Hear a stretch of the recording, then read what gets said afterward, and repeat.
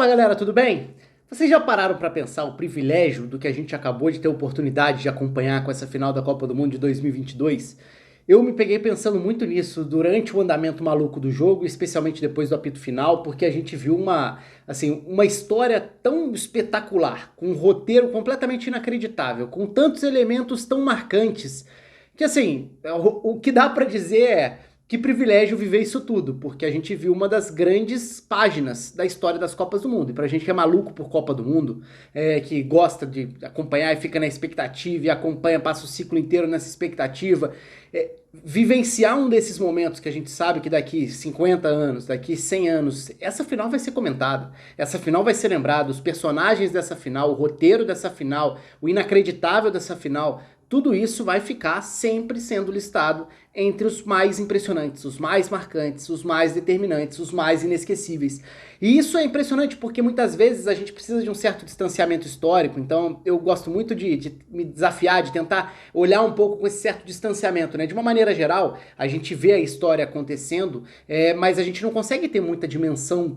do que aquilo ali representa, até que se tenha um distanciamento. Depois de alguns anos, de algumas décadas, depois de um certo distanciamento histórico, a gente consegue olhar para trás e entender o que cada coisa representou dentro daquele contexto. De que forma aquilo ficou marcado, como aquilo vai ser contado para a sequência. Nesse caso, é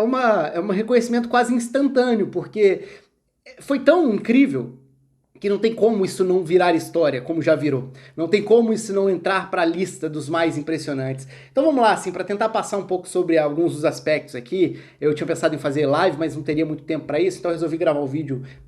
até para subir mais rapidamente. Então vai ser sem edição, sem campinho, sem nada, até porque eu não acho que esse tenha sido um jogo para falar sobre tática especificamente. Claro, tem aspectos importantes que passam pela tática. O futebol é feito de vários elementos e a tática é uma delas. E a estratégia inicial do Scaloni foi determinante para a Argentina ser tão superior durante boa parte do jogo, né? A surpresa com o Di Maria iniciando um jogo. Que jogador é o Di Maria, né? Como é legal ter essa recompensa também de um título mundial para ele. Eu vou entrar, obviamente, para falar do Messi já, mas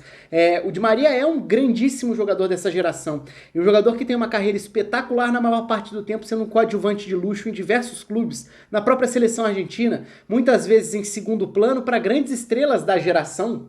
e que ele trabalhava para ser o cara que compensava com grande entrega tática, com grande entrega sem a bola, mas com muito recurso com a bola e com muita capacidade de crescer em jogos decisivos. Isso ele sempre fez quando a gente olha para a carreira do Di Maria. E nessa Copa do Mundo ele virou uma história. É que a história até foi ofuscada, se o jogo vai para aquele encaminhamento que parecia ter na metade do segundo tempo ali, que seria completamente diferente, né? Porque esse é outro capítulo que vale a pena entrar aqui também. Parecia que seria uma das finais de Copa mais sem graça da história. Porque com 2-0 na metade do segundo tempo, o jogo parecia mortinho. E aí, o Di Maria seria a grande história, claro, além do Messi terminar a carreira em Copas conquistando o título, mas o Di Maria era a grande história do ponto de vista de ser a novidade na escalação, entrar em campo e virar um dos jogadores mais determinantes, mais importantes para o placar que foi construído. Então, o Di Maria merece ser lembrado de qualquer forma, e taticamente, a ideia do Di Maria na esquerda, a forma como a Argentina começa o jogo e surpreende a França também, né? A maneira de jogar e deixar o Di Maria no lado, não para fazer o lado do Theo, onde ele seria mais exigido defensivamente, mas poderia tentar explorar esse desequilíbrio consciente que o time do Deschamps tinha. E sim pelo outro lado, onde o Koundé não tentaria subir tanto, então ele poderia ficar mais solto no momento sem a bola, e o Depou ficou responsável pelo lado direito. Então é claro que tem muito aspecto tático quando a gente vai falar da final. Só que, diante do roteiro, a parte tática até fica mais em segundo plano, porque a Argentina constrói a sua superioridade a partir da qualidade individual, da vantagem tática, da superioridade que tinha no jogo, mas quando a gente pensa, e aí a gente vai um pouco para esse lado do futebol, né? Em vários momentos, o futebol ele é sensacional justamente por ele não ter explicação exata para as coisas. E aí eu até tuitei sobre isso, que assim, esse é o típico de jogo que reforça o quão importante é a gente fugir da análise que começa pelo resultado. Porque olha quanta coisa não poderia ter acontecido aí, ó, na verdade, quanta coisa não aconteceu, e que o resultado para um lado ou para o outro, visto a partir do resultado apenas, não omitiria, não esqueceria, não ignoraria ou não distorceria para a história. Se a gente pensa, por exemplo, que a França poderia ter vencido nos pênaltis, e aí a ótica para muita gente seria a contrária, de uma Argentina que pipocou, de uma Argentina que como se não tivesse feito uma grande final. E fez, e a Argentina tomou conta do jogo, a Argentina não deixou a França finalizar por muito tempo dentro do jogo, a Argentina ficou muito mais à vontade, construiu o placar, teve o jogo nas mãos, poderia ter deixado escapar, isso tudo é fato, mas se tivesse perdido isso não apagaria nem a boa Copa que a Argentina fez e nem a grande final que a Argentina fazia, pelo menos até tomar o empate, e depois se recupera também dentro da prorrogação e volta a ser superior, mas... Então, assim, esse jogo, eu acho que ele diz muito sobre a importância da análise além de resultado, falar sobre o que o jogo acontece e não ficar condicionado apenas pelo que o resultado no final vai te mostrar como um elemento, como ponto de partida. Não, o ponto de partida pode ser o apito inicial e dá pra fazer essa avaliação de uma forma linear mesmo. Pega do início e vai ao fim e conta essa história do jogo, sem precisar necessariamente começar pelo fim, falar a partir desse resultado, quem falhou, quem foi bem, quem foi herói, quem foi vilão. Vamos ignorar o que foi feito de bom, porque se esse ficou marcado pelo lance negativo, ele precisa ser marcado assim, enfim. Acho que essa é uma reflexão sobre a forma de se olhar para jogos e também sobre a beleza do imponderável, do imprevisível. Eu sempre bato na tecla que o futebol é muito decidido por detalhes, e essa final, o roteiro dessa final mostra que mesmo quando a diferença, a margem não é tão pequena, mesmo quando uma diferença dentro de campo é enorme como era, ainda assim o futebol pode aparecer da forma mais incrível, para tornar um jogo fácil em uma das maiores, se não a maior, a final da história das Copas, um dos jogos mais incríveis da história das Copas. E isso é muito o que o futebol é capaz de proporcionar, porque aí passa do aspecto tático e até do aspecto técnico e entra num lado muito mais psicológico, no lado anímico, em como um gol, numa jogada num 2-0, se encaminhando ali para 35 minutos do segundo tempo, um jogo na mão da Argentina, é verdade que a França já tinha mudado desde o primeiro tempo, que a França tinha até passado a competir melhor, mas a França não conseguia gerar real perigo, a França não estava viva dentro do jogo, e aí com o pênalti, com 2 gols logo na sequência, a França volta pro jogo, e o psicológico vai todo pro outro lado, e aí é a Argentina quem começa a ficar destruída emocionalmente, porque tinha a vitória nas mãos, estava com a Copa do Mundo nas mãos, e o peso dessa Copa, olha o tempo de jejum, desde 86, uma geração que acabou de ganhar o seu primeiro título depois de tanto tempo, desde 93 na Copa América, e voltando a vencer em 2021, então... O filme que não passa pela cabeça dos dois lados diante de um roteiro tão maluco e que tem reviravoltas inesperadas, diante de um domínio tão claro da Argentina, a França esteve a um passo de fazer o gol do título, especialmente quando a gente olha para a prorrogação, e aí de novo Messi aparecendo para fazer o gol, um gol dramático do 3-2, que parecia ser o do título, e seria fantástico também ter o Messi como autor do gol do título, mas aí aparece o Mbappé na sequência, e aí o jogo vai para os pênaltis, e antes dos pênaltis tem a defesaça do Emiliano Martinez ali aos 18 minutos do segundo tempo da prorrogação, fazendo uma defesa espetacular, que certamente é um dos lances, é uma das imagens mais marcantes dessa final de Copa do Mundo. E aí nos pênaltis a Argentina levando a melhor de novo com o Emiliano Martinez brilhando, mas olha quantos elementos em que o jogo poderia ir para um lado ou para o outro e que a história talvez ficasse marcada de uma outra forma. E claro, aí a gente precisa destacar o lado individual, porque a gente esperava, a gente olhava para essa final como um grande embate entre Messi e Mbappé, por vários motivos. Primeiro pelos óbvios, o Messi na sua última Copa do Mundo podendo ser coroado no título mais importante do futebol mundial, e algo que eu até falava sobre isso assim, para a Copa do Mundo talvez fosse até mais importante do que para o Messi, porque o Messi é um dos maiores jogadores da história do futebol e não é uma Copa que muda isso, embora para muita gente isso seja mais objetivo e tal, precisa ter Copa do Mundo para entrar na discussão. Eu acho que não, porque se a gente olha para longevidade em alto nível, tudo que foi conquistado, não. Mas é claro que a Copa do Mundo muda a forma de ser encarado e reconhecido, e eleva o Messi a um patamar que ele merecia ser observado e encarado já há muito tempo, né? Então tinha esse lado, a Copa para coroar a carreira do Messi na última Copa do Messi. E do outro lado, o Mbappé, podendo ser bicampeão do mundo como protagonista com 23 anos de idade. E aí você chega numa final de Copa esperando que pudesse ser um grande duelo, porque eram os dois jogadores da Copa do Mundo, em números, em briga pela artilharia, em protagonismo, na maneira de condicionar os adversários, em como os adversários precisam pensar em como conter, como eu vou me preparar para não sofrer diante desses dois jogadores que, de formas completamente diferentes, destroçam defesas. Então, o Messi não tem a velocidade que já teve em outros momentos, e mesmo nos melhores momentos não tinha a explosão que tem o Mbappé. Mas o Messi ainda é capaz de fazer um lance brilhante, como fez pra cima do Guardiola na semifinal, e criar o lance do terceiro gol contra a Croácia. O Mbappé é um jogador que se mostrou em vários momentos da Copa quase imparável. E aí você chega na Copa do Mundo com essa expectativa, e eu até falava um pouco sobre isso, até no... Acho que foi até no programa do UOL que eu tava falando, ou no Band de Esportes, não me lembro exatamente. Mas... essa final, ela tinha o potencial, falava sobre isso sobre antes da final acontecer, ela tinha o potencial de ser uma das finais mais marcantes da história do futebol mundial, independentemente do que acontecesse no jogo, mas porque ela colocava frente a frente dois jogadores que podem, no futuro, e aí de novo, distanciamento histórico, que a gente só vai conseguir ter a certeza lá na frente, ter a real dimensão lá na frente, talvez daqui 15 anos, a gente olhe pra trás e fale, o mundo viu uma final de Copa do Mundo entre Messi e Mbappé. Se o Mbappé dominar a geração dele, como ele dá pinta de que pode fazer em títulos, em prêmios individuais, em relevância e participação e no nível de futebol que ele possa apresentar na próxima década, mas pelo que ele já fez com 23 anos de idade, já tendo sido campeão do mundo e chegando à final na Copa seguinte, já sendo um jogador com tantos gols em Copas, ele tem 12 gols em Copas do Mundo com 23 anos. O Klose, que é recordista em Copas do Mundo no masculino, tem 16 gols. O Mbappé pode jogar no mínimo 2 Copas pela frente, se não tiver problema de lesão, claro, a gente torce para que não, mas no mínimo 2 Copas pela frente para fazer 4 gols para se igualar com o recorde. Então o Mbappé pode atropelar essa marca. E aí a gente pode olhar daqui 15 anos, 10 anos e falar, olha a final que a Copa do Mundo teve em 2022. Era a última final da era Messi e era um embate direto com o Mbappé, que pode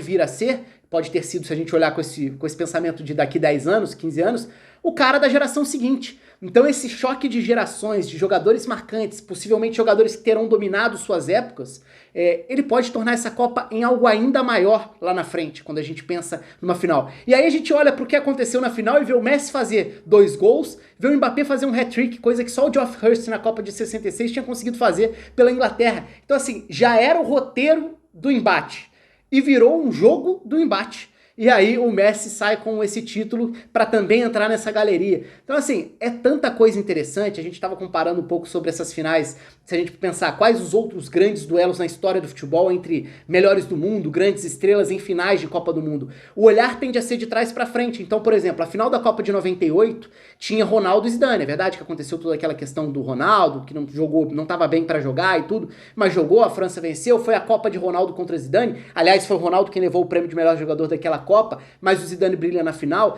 A gente tende a dimensionar aquela Copa pelo que os dois virariam na sequência. Claro, o Ronaldo já tinha sido melhor do mundo em 96, 97, o Zidane já tinha sido terceiro melhor do mundo em 97, então já eram grandes estrelas. Mas aquela final, aquele embate, ganharia um peso ainda maior nesse distanciamento histórico, porque aí a gente vai olhar o que o Zidane fez na sequência, melhor do mundo em 98, a gente vai olhar para os anos ali 2001, 2002, 2003, vai falar de Ronaldo, de Zidane brilhando por um bom tempo ainda também. Então, esses jogadores fizeram um grande embate em final de Copa. Em 94, Romário e Baggio. O Baggio tinha sido o melhor do mundo. O Romário já estava entre os melhores do mundo e seria em 94. Então, de novo, grandes embates que quando a gente olha pra trás, naquela época já dava pra ter essa dimensão de que era um grande embate. Ou em 74, por exemplo, quando você tem frente a frente escolas diferentes, marcantes, dominantes daquele período. Cruyff de um lado, Beckenbauer do outro. Jogadores que dominavam por Ajax, por Bayern de Munique. O futebol europeu naquele momento, os dois clubes tinham muita importância dentro desses embates. As duas escolas se enfrentariam naquela final de Copa do Mundo. E Beckenbauer e Cruyff, claro, não só os dois, você tinha um Gerd Müller na seleção da Alemanha e no Bayern também, ganhando prêmio individual, sendo um desses caras, mas as referências daqueles times. E pode ser que daqui a um tempo a gente olhe para essa Copa de 2022 e pense de forma semelhante. Olha o que foi esse embate entre Mbappé e Messi. Então, enfim, falei da relevância do que o Mbappé fez nessa final, acho que não pode ser ignorado. É impressionante o protagonismo, e principalmente quando a gente coloca na balança a idade que ele tem e tudo que ele já fez em Copas do Mundo, e o fato da França ter chegado a uma final e tem elenco, tem geração para continuar chegando. A França, dá para dizer que é a principal potência do futebol mundial de seleções no atual século, por mais que a gente possa falar de alguns aspectos, por exemplo, a Espanha foi muito dominante no período que teve ali, 2008, 2012, né? 2 Euros, uma Copa, verdade. Agora, se a gente pega do recorte do primeiro título mundial da França em 98, passando por Euro em 2000, passando pelo nível que a França tinha quando vai à Copa de 2002, mas cai na fase de grupos, voltando a ser finalista em 2006, sendo campeão em 2018, sendo finalista em 2022, A França é mais do que uma realidade, ainda que seja uma novata nessa ordem histórica das campeãs mundiais. E a França chegou para ficar e para ter o lugar dela entre as grandes potências do futebol mundial. E pelo número de jogadores, pela capacidade de projeção, de desenvolvimento, de revelação de jogadores, não dá para imaginar a França saindo dessa prateleira num futuro próximo. É claro que isso pode vir com eliminações precoces, com decepções, isso faz parte, mas não é isso que vai tirar a França. A França em 2010 fez uma Copa decepcionante, em 2002 fez uma Copa decepcionante, mas quando a gente amplia esse leque de observação e olha para os últimos 24 anos, a gente vê a França como nenhuma outra seleção conseguiu ser. Então, é muito relevante a gente observar esse momento do futebol francês em relação à seleção da França, por mais que tenha sido uma final muito ruim da França, a França foi muito dominada, e não é o fato dela ter conseguido buscar o empate de uma forma imponderável, incrível, impressionante, que muda essa avaliação. A França foi muito superada dentro da final da Copa do Mundo. E do outro lado, uma Argentina, né, que, claro, merece todo o olhar à parte do que já era desde do título da Copa América, mas essa transformação na era Scaloni, que é outro grande personagem, a forma que o Scaloni mostrou durante a Copa do Mundo, a capacidade de ser um treinador flexível, de alterar sistemas, de se adaptar ao adversário, de visualizar o que pode neutralizar, ou o que pode limitar, ou o que pode condicionar adversários de níveis diferentes, contra a Holanda, contra a Croácia, contra a França, estratégias muito diferentes, numa Copa que começou com um baque, psicologicamente falando, de novo, voltando ao lado emocional muito forte. Acho até que o baque pós-derrota para a Arábia Saudita foi exagerado, foi um clima muito de terra arrasada, a Argentina parecia ter desmoronado e era um time que chegava muito forte à Copa. Então se a gente for pegar recortes diferentes, antes da Copa começar era natural dizer que Brasil, França e Argentina eram as três principais favoritas ao título. Só que quando a gente pensa num recorte mais recente, quando a gente vai, por exemplo, para segunda ou para terceira rodada da fase de grupos dessa Copa, a gente viu uma Argentina destroçada emocionalmente. E não é que a Argentina, porque agora, de novo, aquela história de meio que pegar de trás para frente, todo mundo não, muita gente tende a olhar e falar, tá vendo? Foi ótimo ter perdido para a Arábia Saudita porque mudou tudo e tal, mas eu nem acho que seja tanto por aí. Eu acho que isso pode sim ter influenciado para o Scaloni perceber que precisaria tomar decisões mais drásticas ou precisaria ser mais flexível, mexendo em escalações e tudo, mas não acho que tenha sido necessariamente positivo, até porque a Argentina da segunda rodada joga mal e joga com a confiança lá embaixo, e não foram as várias mudanças no time titular que fizeram a Argentina renascer, embora algumas mudanças tenham tido um impacto muito relevante, principalmente quando a gente fala em Enzo Fernandes e Julián Álvares. Muito impressionante essa reta final de Copa do Mundo do Julián Álvares. O que ele fez contra a Croácia, que ele foi determinante. É que, é claro, o holofote vai todo pro Messi de uma forma óbvia. Ele foi protagonista em todos os jogos no mata-mata. Mas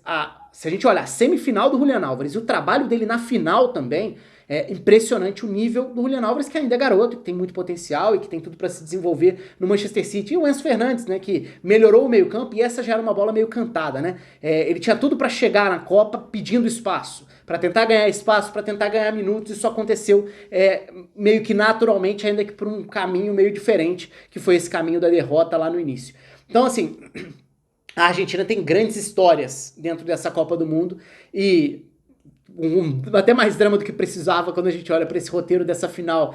fantástica. E aí, para falar do Messi, né? Aí a gente volta um pouco ao ponto inicial do que eu falava, e que acho que vale para tudo isso que eu tô falando aqui, né? O privilégio que é poder acompanhar tudo isso. O privilégio que é poder contar pro resto da vida que você viu essa Copa do Mundo, que você viu o Messi brilhar em cada uma dessas fases, que você viu o Messi na sua última Copa do Mundo fazer o que ele foi cobrado a vida inteira para fazer. Conseguir colocar a Argentina como campeã mundial para muitos,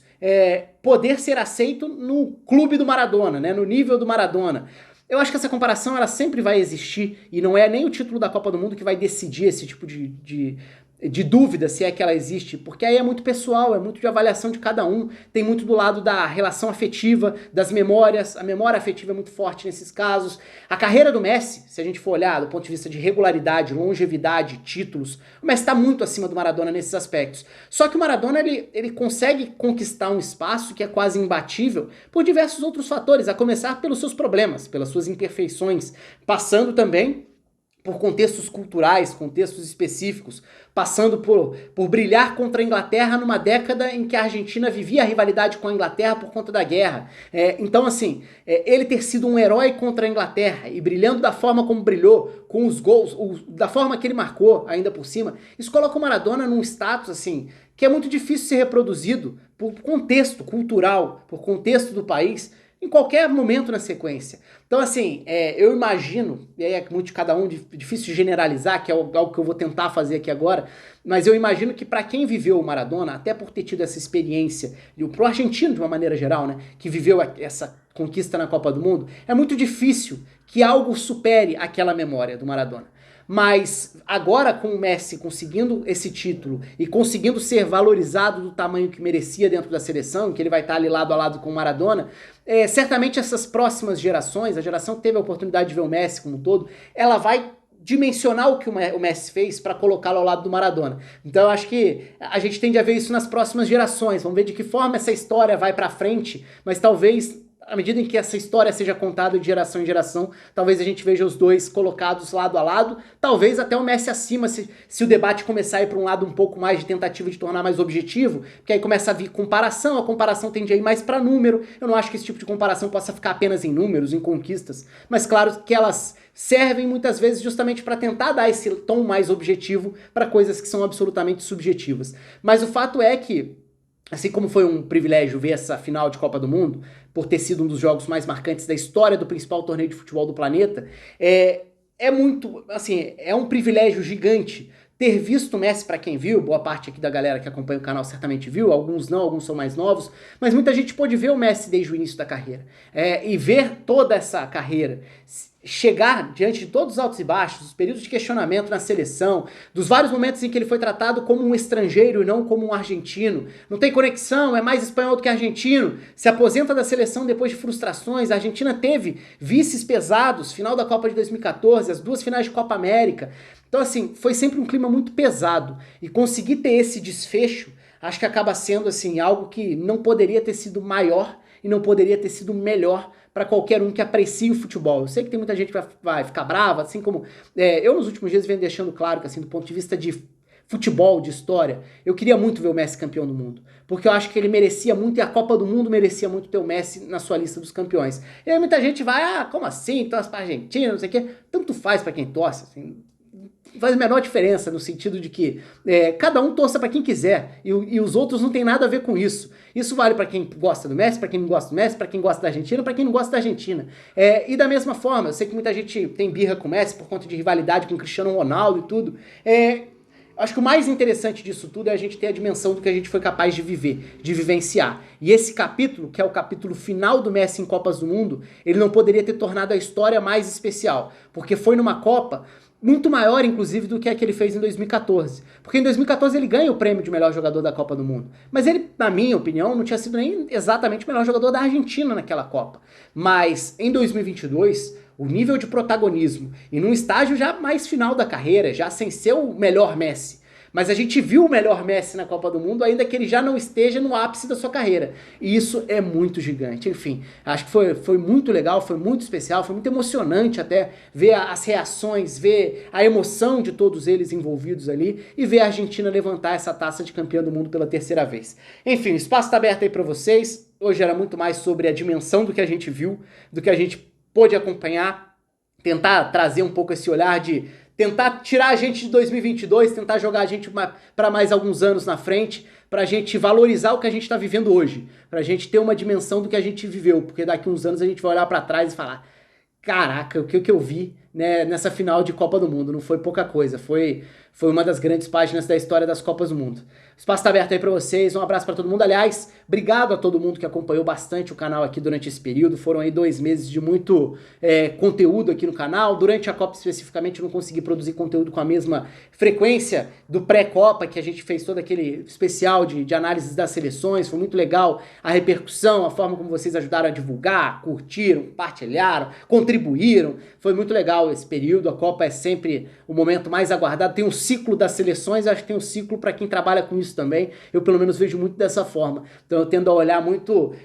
por exemplo, a partir dessa segunda-feira começa o ciclo para 2026, e todo o acompanhamento, todo o trabalho, toda a dedicação, ela passa a ter um norte, que é um objetivo de, na Copa do Mundo de 2026, chegar muito preparado, chegar no melhor nível possível, chegar por dentro de tudo que os jogadores fizeram em qualquer seleção, em tudo quanto é parte do país. Então, a Copa do Mundo, o fim da Copa do Mundo traz esse lado meio deprê, acabou, depois de tanta expectativa, chegou ao fim, mas acho que traz essa satisfação também, que foi ter essa cobertura, esse contato tão intenso aqui ao longo desses últimos 2 meses. Então, obrigado a todo mundo que conheceu o canal, muita gente que não conhecia, ou que já conhecia, enfim, pessoal que participou, que acompanhou direto aqui. Obrigado a todo mundo, um abraço, vocês me encontram lá no Oliveira Rafa no Twitter também, às vezes mais ativo por lá do que aqui, vamos ver como vão ser essas próximas semanas também, não sei exatamente com que frequência eu vou voltar a postar vídeos aqui, antes da Copa do Mundo eu estava meio parado por uma questão de tempo, de rotina, de diversos trabalhos, não sei como vai ser esse primeiro momento pós-Copa do Mundo aqui no canal, mas a ideia é que sempre que possível eu consiga gerar algum tipo de conteúdo aqui, talvez fazer lives, que foi uma coisa que foi legal durante a Copa do Mundo também, senti que vocês gostaram, a participação é mais direta, dá pra ficar batendo papo com vocês, é bem interessante sim. De novo, obrigado pra todo mundo, um abraço, até a próxima.